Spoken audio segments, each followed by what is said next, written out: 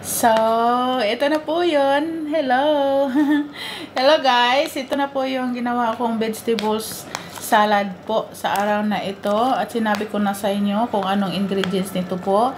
Carrots, cucumber, grapes, at saka sweet corn. At nilagyan ko lang ng konting mayonnaise para magiging dagdag lasa po. Para maging masarap. So, kain na!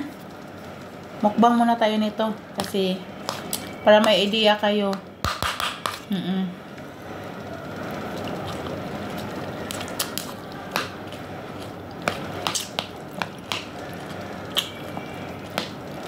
Tapos na kasi akong nag-pray, kaya hindi nyo nakita. May sasabihin pala ako sa inyo while kumakain ako ng salad. Doon sa bagong algorithm o bagong patakaran ni Meta po. Bagong restriction niya na palisi.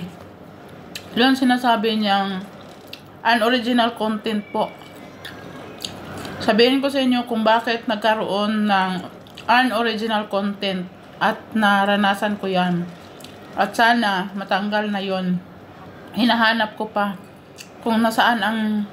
Kasi nung sinabi niya, may isang content creator po na nagsabi na magiging unoriginal ka daw content kung kasi minsan nung nag-upload tayo mahina ang wifi natin. Yung isang video po na-upload natin ng twice o 3 times, 4 times.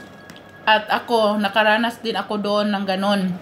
Nag-upload ako doon sa loob ng kusina, mahina ang net. Pagpunta ko dito, naging upload na naman. So, naging 4. Nung narinig ko, ang sinabi ng isang content creator, isa pala yung dahilan kung bakit na original content ako. Hinanap ko yun at sinecheck ko yun doon sa manage your post. Yun nga, tumpak. 4 po ang na-upload ko sa isang video at saka bigla ko yung dinilet. Ang sabi, pag dinilet mo na, mawala na yon yung restriction ko. Pero hanggang ngayon, hindi pa rin. At nag-ano din ako doon, nag-search na naman ako kung ano pang posibilidad na rason bakit na unoriginal content po ako.